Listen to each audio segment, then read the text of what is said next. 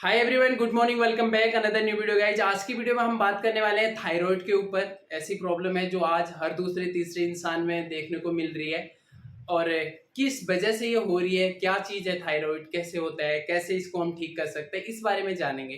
ठीक है।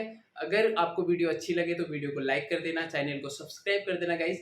तो चलो शुरू करते हैं। तो सबसे पहले तो जानते हैं कि क्या चीज है थायराइड। है क्या? थायराइड एक ग्लैंड है जो हमारे गले में होता है। ठीक है, बटरफ्लाई शेप का होता है और हमारे गले में होता है। तो इसका काम क्या है? थायराइड का काम है दो हॉर्मोन्स को प्रोड्यूस करना। कौन कौन से? T3 and T4। ठीक है, उनका काम क्या है? हमारे बॉडी के अंदर, हमारे शरीर के अंदर मेटाबॉलिज्म को रेगुलेट करना, या फिर ये भी कह सकते हैं जो हम खाना खाते हैं, ऑक्सीजन लेते हैं, उसको एनर्जी में कन्वर्ट करना। किसका काम होता है? T3 एंड T4 हॉर्मोन्स का काम होता है। अब बात करते हैं कि ये ना T3 T4 बनते कैसे हैं। हमारे शरीर में T3 T4 बनते हैं आयोडीन प्लस अमीनो एसिड थायरोसाइन मिलके इसको बनाते हैं। ठीक है। अब प्रॉब्लम कहाँ पे आती है, ये होता कैसे? देखो, अगर हमारे शरीर में ना थायराइड मतलब कि T3 T4 का लेवल ज्यादा हो रहा है तो कौन सा थायराइड होगा? दो तरीके के थायराइड होते हैं, एक होता है हाइपर, एक होता है हाइपो। ठीक है, अगर T3 T4 ज्यादा बन रहा है तो हाइपर होगा, अगर T3 T4 कम बन रहा है तो हाइपो होगा। अब हाइपो क्या है, पहले हाइपो को समझते हैं।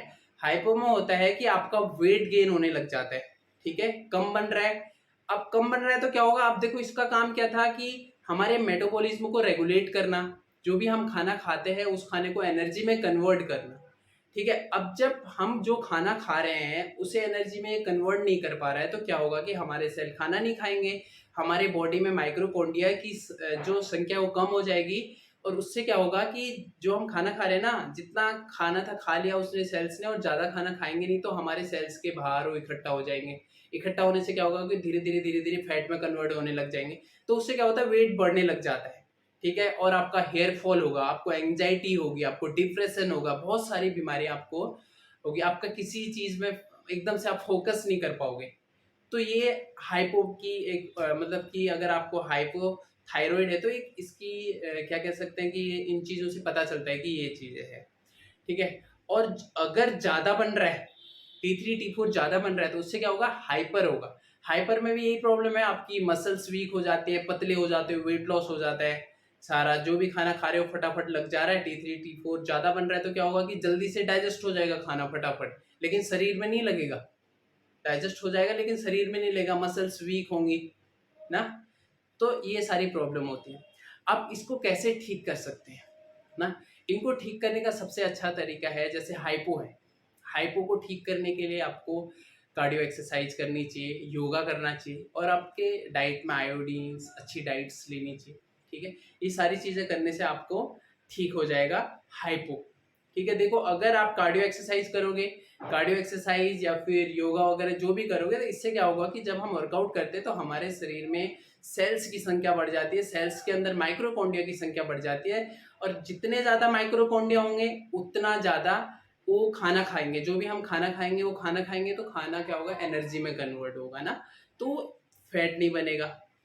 ठीक है, और उससे धीरे धीरे धीरे करके क्या होगा? हमारा जो लेवल कम हो रहा था ना वो बढ़ने लग जाएगा थायराइड का।